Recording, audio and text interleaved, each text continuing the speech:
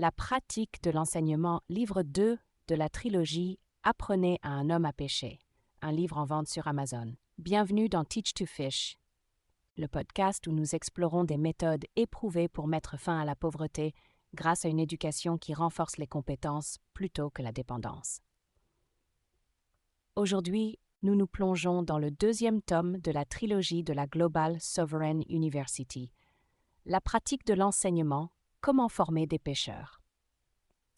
Si vous avez écouté notre précédent épisode sur le livre 1, vous connaissez la philosophie. Enseigner est plus efficace que donner. Être capable l'est plus que la charité, et la souveraineté l'est plus que la dépendance. Mais aujourd'hui, passons à la pratique.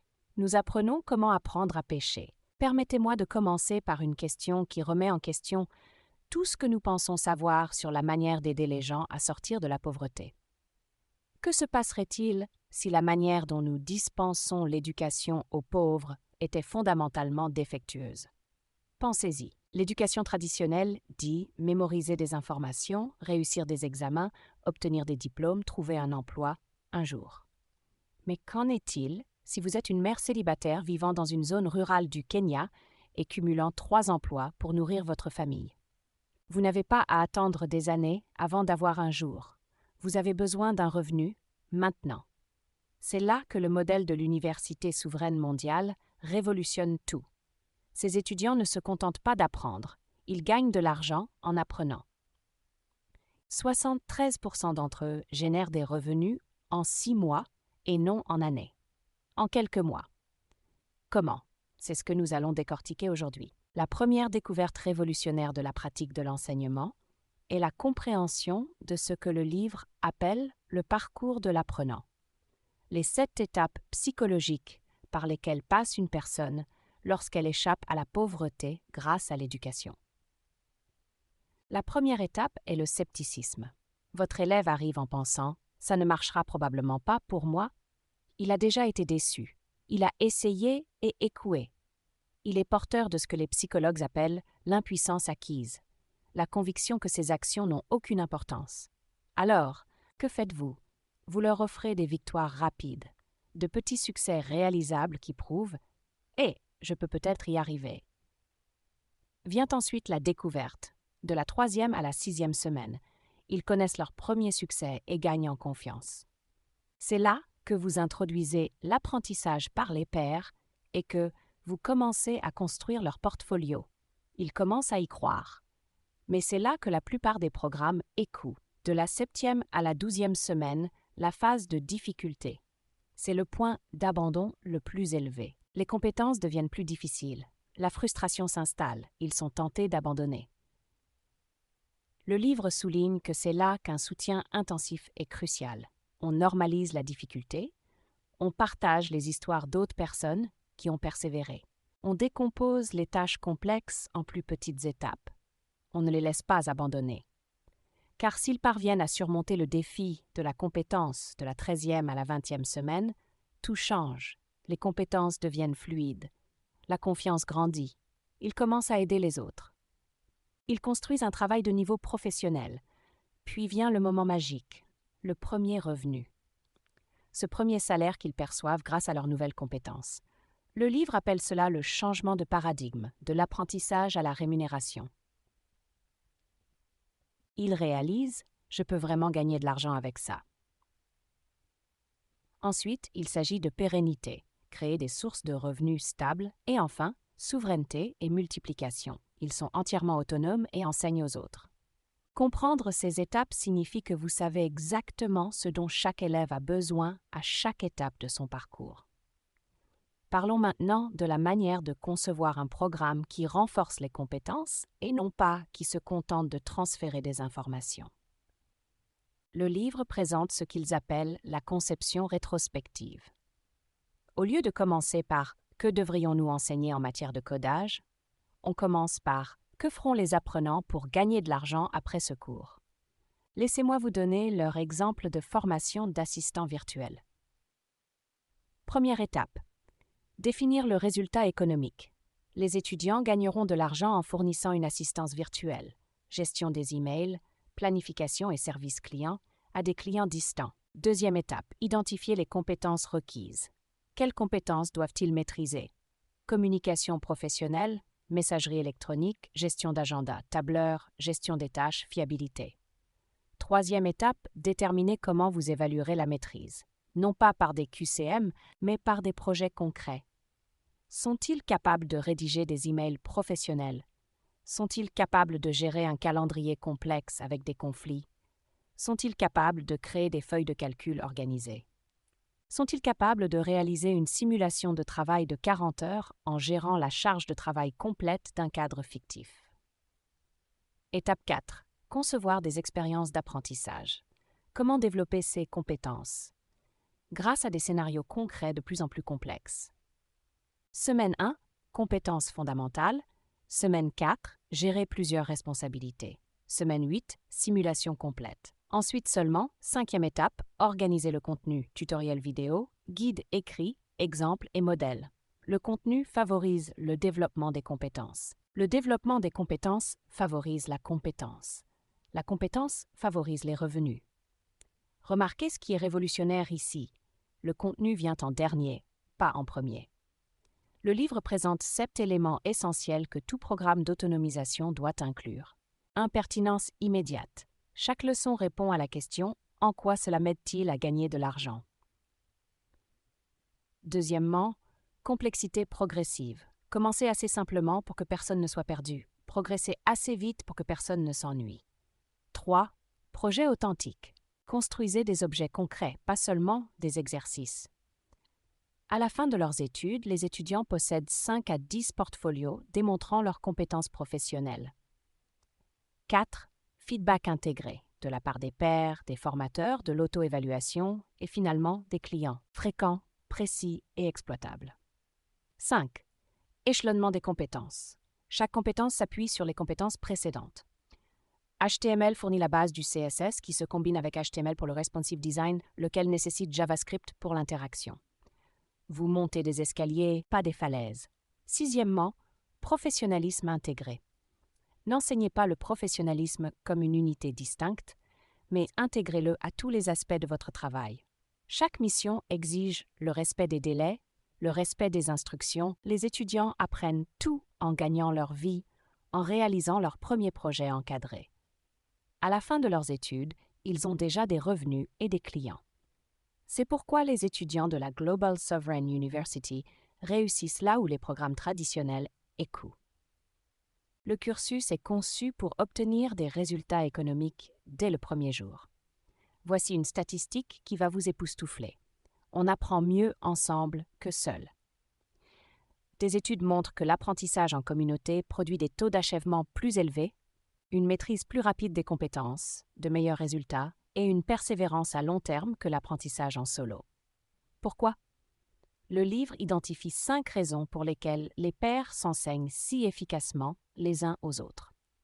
Premièrement, l'expérience partagée. Un pair qui a rencontré des difficultés la semaine dernière peut mieux l'expliquer qu'un expert qui a oublié ce que signifie être perdu. Deuxièmement, une aide accessible. Demander à un pair est moins intimidant qu'à un enseignant. Plus les obstacles sont faibles, plus les questions trouvent réponse. Troisièmement, l'enseignement approfondit l'apprentissage. Enseigner quelque chose, c'est l'apprendre en profondeur. L'enseignement par les pairs crée davantage d'enseignants et une maîtrise plus approfondie. Quatrièmement, la constitution d'un réseau. Ces relations entre pairs deviennent des réseaux professionnels qui perdurent au-delà de la formation. Collaboration future, recommandations et ressources pour la résolution de problèmes. Cinquièmement, une mise à l'échelle durable. Un enseignant ne peut aider qu'un nombre limité d'élèves. Mais l'apprentissage par les pairs est infiniment évolutif. Un enseignant et 30 élèves deviennent enseignants. C'est une multiplication. Le livre fournit des structures spécifiques d'apprentissage par les pairs que vous pouvez mettre en œuvre immédiatement. Programmation en binôme pour les compétences techniques. 2 apprenants, un ordinateur et le conducteur et le navigateur échangeant les rôles. Évaluation par les pairs pour le travail créatif. Rétroaction structurée utilisant des critères spécifiques, plusieurs évaluateurs et un équilibre entre les forces et les améliorations. triade d'apprentissage pour l'apprentissage général, groupe de 3 personnes, exercice de rétroaction, animateur tournant et contrôle de responsabilité. Groupe d'études pour un apprentissage basé sur les connaissances, 4 à 6 personnes, réunions régulières, notes partagées et enseignement mutuel de concepts difficiles. Groupe de réflexion pour l'entrepreneuriat, 3 à 5 propriétaires d'entreprises, réunions hebdomadaires, format hot seat et célébration des victoires ensemble. Mais voici la clé. L'apprentissage entre pairs nécessite une structure. On ne peut pas se contenter de réunir des personnes dans une même pièce en espérant qu'elles collaborent. Le livre aborde des défis courants. Premier défi, participation inégale. Certains dominent, d'autres restent silencieux. Les solutions incluent un système de tours de parole structuré, une rotation des rôles d'animateurs et des groupes plus petits. Deuxième défi, le parasitisme. Certains profitent de l'argent sans contribuer. Les solutions incluent des systèmes d'évaluation par les pairs, le suivi des contributions et l'obligation de réciprocité. Défi 3, formation de clans qui exclut les autres.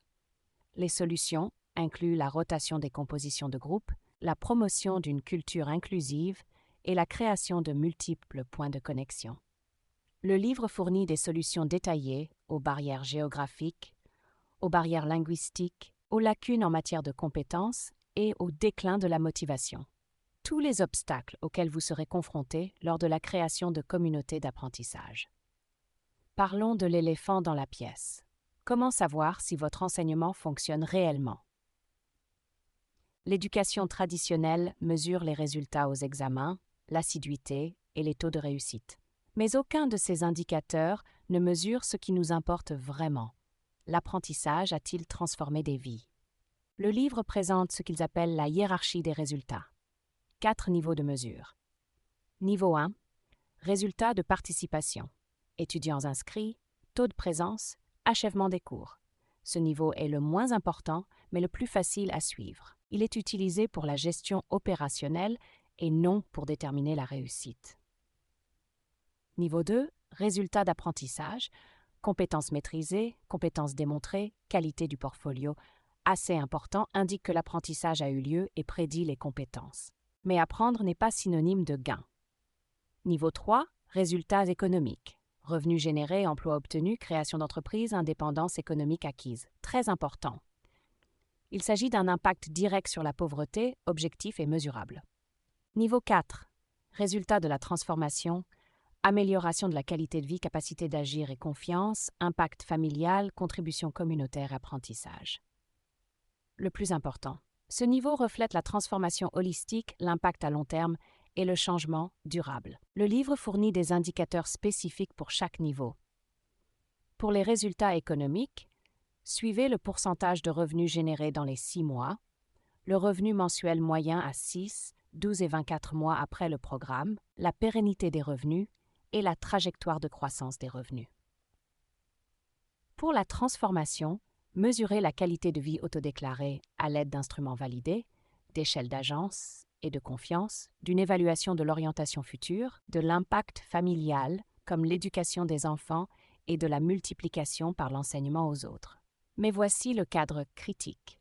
Suivez les 4 niveaux, mais privilégiez les niveaux 3 et 4, car seuls ces derniers vous indiqueront si vous mettez réellement fin à la pauvreté ou si vous la gérez simplement plus efficacement. Le livre inclut un calcul de rentabilité performant. Exemple, le programme coûte 300 $ par étudiant. 75% génèrent des revenus en 6 mois, soit en moyenne 600 $ par mois, soit 7 200 $ par an. Cela représente un rendement multiplié par 18 dès la première année. Apprendre à pêcher n'est pas seulement une question de compassion, c'est l'intervention la plus rentable qui existe en matière de lutte contre la pauvreté. Alors, bouclons la boucle. La pratique de l'enseignement n'est pas un simple ouvrage pédagogique. C'est un modèle complet pour développer les capacités humaines à grande échelle. Vous apprendrez la psychologie de la transformation, les 7 étapes du scepticisme à la souveraineté. Vous apprenez à concevoir des programmes d'études qui fonctionnent en partant des résultats économiques et en allant vers le renforcement des compétences. Vous apprenez à enseigner les compétences qui comptent, la littératie financière, les capacités numériques et l'esprit d'entreprise. Vous apprenez à tirer parti de la communauté, un enseignement entre pairs qui multiplie l'impact de manière exponentielle. Vous apprenez à mesurer ce qui compte, les résultats économiques et la transformation de la vie, pas seulement les activités éducatives. Et surtout, vous apprenez à surmonter les véritables obstacles. Les obstacles pratiques, comme le manque d'accès à Internet, les blessures psychologiques, comme l'impuissance acquise, les défis sociaux, comme le découragement familial, et les problèmes systémiques, comme la discrimination. Ce livre ne prétend pas qu'apprendre à pêcher est facile. C'est plus difficile que de donner du poisson. Cela prend plus de temps. Ça demande plus de patience, plus de compétences et plus d'engagement. Mais voici ce qu'elle apporte, une transformation permanente plutôt qu'un soulagement temporaire, des capacités plutôt que la dépendance, de la dignité plutôt que la charité, de la multiplication plutôt que de l'addition. La Global Sovereign University a prouvé son efficacité auprès de plus de 10 000 étudiants répartis dans 15 pays. 73% d'entre eux ont obtenu un salaire en 6 mois. 85% ont maintenu ce revenu 12 mois plus tard. 68% ont échappé à la pauvreté selon la définition locale. 42% ont enseigné à d'autres. Ce ne sont pas des rêves, ce sont des résultats. Et maintenant, avec la pratique de l'enseignement, ces méthodes sont accessibles à tous ceux qui s'engagent à former des pêcheurs plutôt qu'à distribuer du poisson. Parce que le monde n'a pas besoin de plus de programmes caritatifs qui font du bien, mais ne changent rien. Le monde a besoin de davantage d'éducateurs qui savent comment développer de véritables compétences. Le monde a besoin de plus de professeurs de pêche. Est-ce que ça pourrait être toi? La pratique de l'enseignement vous montre exactement comment. Procurez-vous votre exemplaire dès aujourd'hui. Formez les pêcheurs de demain. Et regardez ces pêcheurs enseigner aux autres, qui enseigneront aux autres, qui enseigneront aux autres, jusqu'à ce que tout le monde sache pêcher. Merci d'avoir écouté Enseigner à pêcher. Si cet épisode vous a interpellé, abonnez-vous, laissez un avis et partagez-le avec une personne engagée dans l'éducation ou la lutte contre la pauvreté. Dans le prochain épisode, nous nous pencherons sur le livre 3, le mouvement de multiplication. Comment diffuser cet enseignement à l'échelle mondiale. D'ici là, n'oubliez pas, donnez un poisson, nourrissez-le un jour. Apprenez à pêcher, nourrissez-le toute votre vie.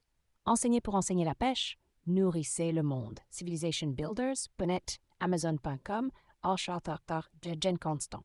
Reconstruisation, une voie à la fois. Connecter les générations, préserver la sagesse, construire l'avenir.